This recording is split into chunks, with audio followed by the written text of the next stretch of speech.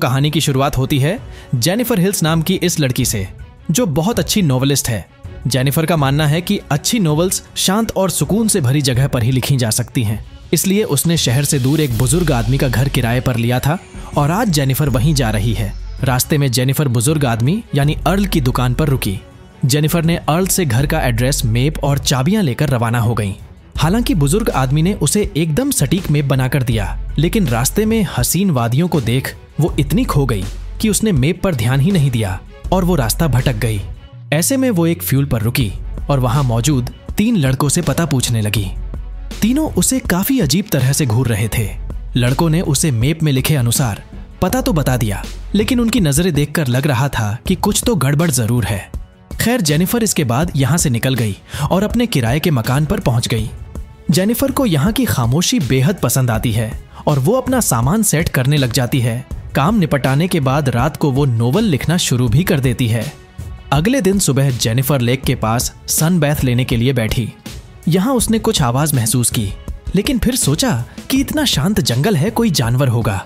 Jennifer ने ignore किया और एंजॉय करने में जुटी रही। शाम होने के बाद जेनिफर अपनी दोस्त से बातें कर रही थी। इसी बीच उसने एक बार फिर से वही आवाजें सुनी, लेकिन जब वो पड़ताल करने गई तो उसे एक अजीब सा रूम दिखाई दिया जिसमें जहर की बोतलें और कुछ टूल्स पड़ी हुई थीं। जेनिफर ने इन सबको इग्नोर किया और वापस अपने घर के पास लौट आई। लौटने के कुछ देर बाद जेनिफर की ड्रिंक उसके हाथ से छूट गई और उसके कपड़े गंदे हो गए। जब वो कपड़े साफ करने वॉशरूम में गई तो हम देखते हैं कि कोई चुपके से उसकी वीडियोस रिकॉर्ड कर रहा है और जेनिफर इस बात से अनजान है। अगली सुबह जॉगिंग करते समय जेनिफर की नजर एक पुराने से घर पर पड़ी।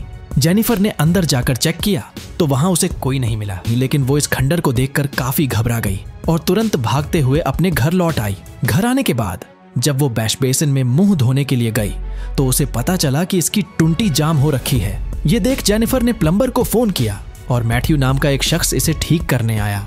ये दिमाग से थोड़ा पैदल लग रहा था, लेकिन उसने जेनिफर का नल ठीक कर दिया। जेनिफर नल ठीक देखकर काफी खुश हुई और खुशी के मारे उसने मैथ्यू को किस कर दिया। किस मिलते ही मैथ्यू मानो हैंगसा हो गया। जनाब ने बगैर पैसे लिए ही रवानगी ले ली। इसके बाद हम उन 3 लड़कों को देखते हैं जो जेनिफर को गैस स्टेशन पर मिले थे। इनमें से एक का नाम था स्टैनली, जो बाकी लोगों को वो फुटेज दिखाता है जो उसने जेनिफर के घर वॉशरूम में रिकॉर्ड की थी। इसी बीच यहाँ वो प्लम्बर भी पहुंच जाता है और सबको बताता है कि कैसे जेनिफर ने उसे किस की थी। ये सुनकर 3 लड़कों की गैंग ने प्लान बनाया कि वो लोग जेनिफर के घर में घुसेंगे और उसका फायदा उठाएंगे। रात होने पर तीनों जेनिफर के दरवाजे पर एक मरा हुआ बर्ड फेंकते हैं। जब जेनिफर इसकी पड़ताल करने बाहर गई तो ये लोग चुपके से उसके घर में घुस आए। यहाँ गैस स्टेशन वाले तीनों लड़कों के साथ मैथ्यू भी आया था, जो आना तो नहीं चाहता था, लेकिन ये तीनों उसे जबरन अंदर घसीट लाए। अब जब जेनिफर वापस अंदर लौटी तो एक एक करके सब लोग उसके सामने आए और जेनिफर को डराना शुरू हो गए। स्टैनली जेनिफर की रिकॉर्डिंग करते हुए पूछता है कि तुम यहाँ क्यों आई हो। इस पर जेनिफर बताती है कि वो नोवेलिस्ट है और यहाँ नोवेल लिखने आई है।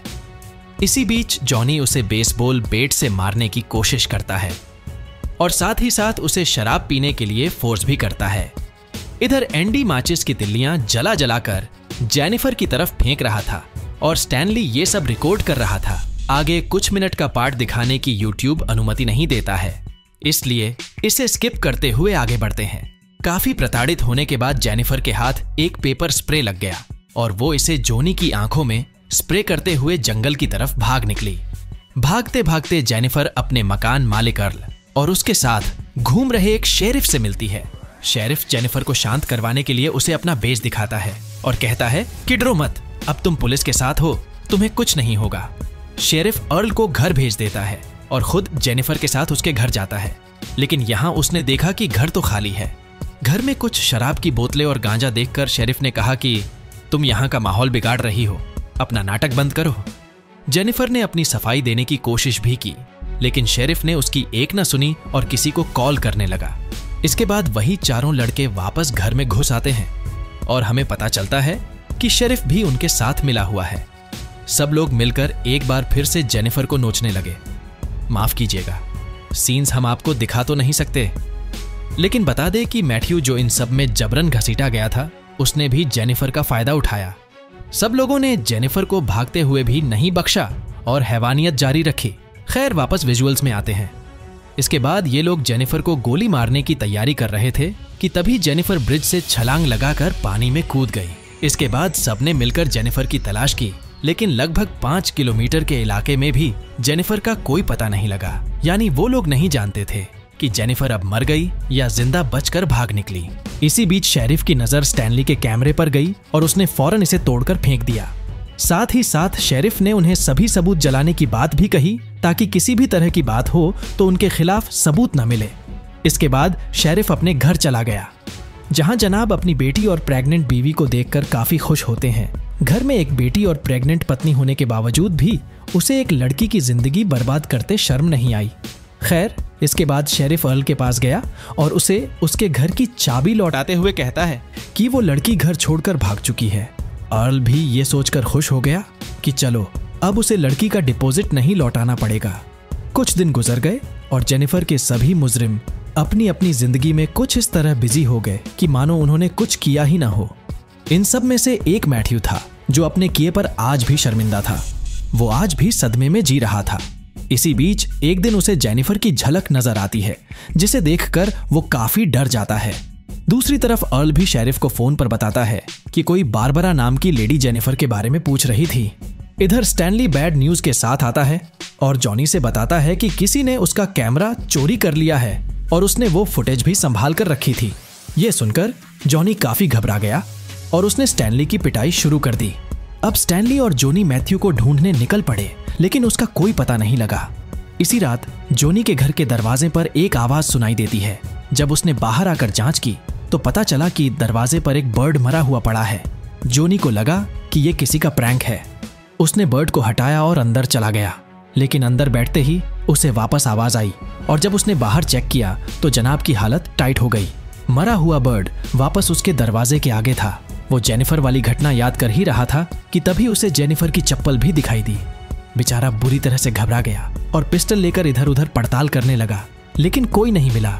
इधर शेरिफ जब घर आया तो उसकी बीवी ने बताया कि किसी ने एक टेप भेजी है, लेकिन वो हमारे रिकॉर्डर में चल नहीं रही, तुम चेक करना। लेकिन शेरिफ टेप देखते ही शेरिफ के पैरों तले जमीन खिसक जाती है, क्योंकि ये वही टेप थी जिसे स्टैनली ने रिकॉर्ड किया था। शेरिफ फौरन स्टैनली के पास पहुंचा और उसके मुंह में टेप घुसेड़ते हुए उसे शूट करने की धमकी देने लगा।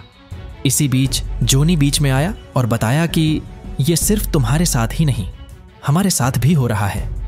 स्टैनली का कैमरा चोरी हो गया। मेरे घर के बाहर भी कल एक मरा हुआ बर्ड और जेनिफर की चप्पल पड़ी थी। अब जब बाकी 3 लोग यहीं थे तो सबका शक गायब दिखाई पड़ रहे मैथ्यू और उस घर के मालिक अर्ल की तरफ गया, क्योंकि अर्ल भी एकमात्र आदमी था जो जानता था कि जेनिफर यहां रहने आई थी। तीनों सीधे अर्ल के पास गए और उसे शूट करने के बाद मैथ्यू के घर पहुंच गए, लेकिन मैथ्यू का घर खाली था। सीन मैथ्यू पर आता है और हम देखते हैं कि वो अब भी सदमे में है और जेनिफर के घर के उस पुराने घर के बाहर बैठा पछता रहा है। इसी बीच मैथ्यू को घर के अंदर से कुछ आवाज सुनाई देती है और मैथ्यू घर के अंदर चला गया। यहां छानबीन के दौरान उसका पैर फिसला और मैथ्यू यहीं गिरकर बेहोश हो गया। इसके बाद जब उसकी आंख खुली तो उसने पाया कि उसके ठीक सामने जेनिफर बैठी है। जेनिफर को देखते ही मैथ्यू उसके सामने गिड़गिड़ाने लगता है और अपने किए पर माफी मांगने लगता है। जेनिफर उसे कंफर्ट करते हुए कहने लगी कि मुझे पता है तुमने वो सब उन लोगों के बहकावे में आकर किया था। वैसे वीडियो पसंद आ रही है तो नीचे मौजूद लाइक बटन जरूर दबाइएगा। हाँ, तो मैथ्यू को कंफर्ट करने के तुरंत बाद जेनिफर ने मैथ्यू के गले में रस्सी डाल दी और उसे घसीटते हुए दूसरे रूम में ले गई। दूसरी तरफ एंडी और स्टैनली मैथ्यू को ढूंढते हुए यहीं पहुंच गए। यहां आने पर उन्हें म्यूजिक की आवाज सुनाई देती है। दोनों को लगा कि अंदर मैथ्यू ही होगा। एंडी अंदर जाने का डिसाइड करता है। उसके जाने के बाद स्टैनली ने देखा कि जेनिफर उसके ठीक सामने खड़ी है। उसने फौरन जेनिफर को दबोचने का विचार बनाया, लेकिन दौड़ना शुरू करते ही उसका पैर जेनिफर के बिछाए हुए ट्रैप में फंस गया। उसने जैसे ही इससे निकलने की कोशिश की तो ट्रैप ने उसका पैर तोड़ ही डाला। अब उसकी चीखें सुनकर एंडी बाहर आया, लेकिन एंडी जैसे ही बाहर पहुंचा तो जेनिफर ने एक बेसबॉल बैट से उसे बेहोश कर दिया। साथ ही साथ उसने स्टैनली को भी बेहोश किया। नेक्स्ट सीन में एंडी को होश आता है और उसे पता चलता है कि वो एक बैथटब के ऊपर बंधा हुआ है। और टब धीरे धीरे उबलते हुए पानी से भर रहा है। दूसरी तरफ स्टैनली एक पेड़ से बंधा हुआ है और जेनिफर उसका वीडियो बना रही है, ठीक वैसे ही जैसे उसने कुछ समय पहले जेनिफर का बनाया था। इसके बाद जेनिफर ने उसके मुंह में चूहे भर दिए और तरह तरह से टॉर्चर करना शुरू कर दिया, जो दिखा तो नहीं सकते, लेकिन इतना कह सकते हैं कि जेनिफर ने स्टैनली की जान ले ली। इसके बाद जेनिफर एंडी के पास जाती है। अब टब में काफी पानी भर चुका था। उसने एंडी को कई बार पानी में डुबोया और उसके नीचे लगी लकड़ियां निकाल दी। एंडी कुछ देर तो अपने शरीर को उठाए रखा, लेकिन फिर हिम्मत हार गया और पानी में डूबकर मारा गया। जेनिफर ने इन्हें ठीक उन्हीं तरीकों से मारा जैसे इन्होंने जेनिफर को टॉर्चर किया था। अब जेनिफर अपने अगले दोषी यानी जॉनी से मिलने एक हॉट ड्रेस पहनकर फ्यूल स्टेशन जाती है। जॉनी जैसे ही उसे छेड़ने करीब आया, वैसे ही जेनिफर ने उस पर हमला कर उसे बेहोश कर दिया। जब जॉनी होश में आया तो उसने पाया कि वो उसी घर में बगैर कपड़ों के बंधा हुआ है। जेनिफर ने उसके दांत उखाड़े और याद दिलाया कि उसे उस दिन कैसा लगा था, लेकिन जॉनी के मुंह पर अब भी कोई रिग्रेट नहीं था। उसका कहना था कि उसे बहुत मजा आया था उस दिन। ये देख, जेनिफर ने उसका औजार। अरे बस। इस तरह जेनिफर ने जॉनी की भी जान ले ली और निकल पड़ी अपनी अगली मंजिल यानी शेरिफ से बदला लेने। शेरिफ के पास उसकी बीवी का कॉल आया और वो कहने लगी कि हमारी बेटी की नई टीचर आपसे बात करना चाहती है। जेनिफर ने फोन पर अपना इंट्रो दिया तो जनाब हिल खड़े हुए। वो अपनी फैमिली को बचाने बिजली की रफ्तार से घर भागकर आया, लेकिन यहां उसे पता चला कि जेनिफर उसकी बेटी को घुमाने पार्क ले गई है। शेरिफ फौरन पार्क में गया, लेकिन उसे यहां भी कोई नहीं मिली। ऐसे में वो वापस गाड़ी में बैठ गया, लेकिन तभी उसके ठीक पीछे बैठी जेनिफर ने उस पर हमला किया और शेरिफ बेहोश हो गया। अब जब शेरिफ को होश आया तो ये महाशय भी उसी घर में थे और जेनिफर उसके पीछे बंदूक घुसा चुकी थी। शेरिफ दर्द से कराह रहा था, लेकिन तभी जेनिफर उसे मैथ्यू से मिलवाती है, जो यहीं पर बेहोश बंधा हुआ पड़ा था। जेनिफर ने एक ट्रैप बनाया और कहा कि अब जैसे ही मैथ्यू होश में आकर कुछ हलचल करेगा तो तुम दोनों मारे जाओगे। तब तक के लिए अपनी मौत आने का इंतजार करके देखो कैसा लगता है। इसके बाद जेनिफर बाहर चली आई और कुछ ही देर बाद मैथ्यू हिलते ही दोनों मारे गए। जेनिफर की सुकून भरी मुस्कान के साथ हो जाती है मूवी की हैप्पी एंडिंग। आपको क्या लगता है, जेनिफर ने ये जो काम किया वो सही था, या उसे खुद कानून हाथ में लेने की बजाय किसी ईमानदार पुलिस ऑफिसर की मदद लेनी चाहिए थी? कमेंट्स में अपनी राय जरूर बताइएगा। और अधिक जानना चाहते हैं तो बता दे कि मूवी का नाम था I spit on your grave, जो कि साल 2010 के दौरान रिलीज हुई। बाद में इसी फिल्म में 2 और भी पार्ट्स आए थे जिन्हें देखने की चुल मच रही है, तो आप कमेंट्स में बता सकते हैं। और हाँ, ऐसी ही जबरदस्त वीडियोस देखते रहने के लिए चैनल को सब्सक्राइब जरूर कर लीजिएगा। धन्यवाद।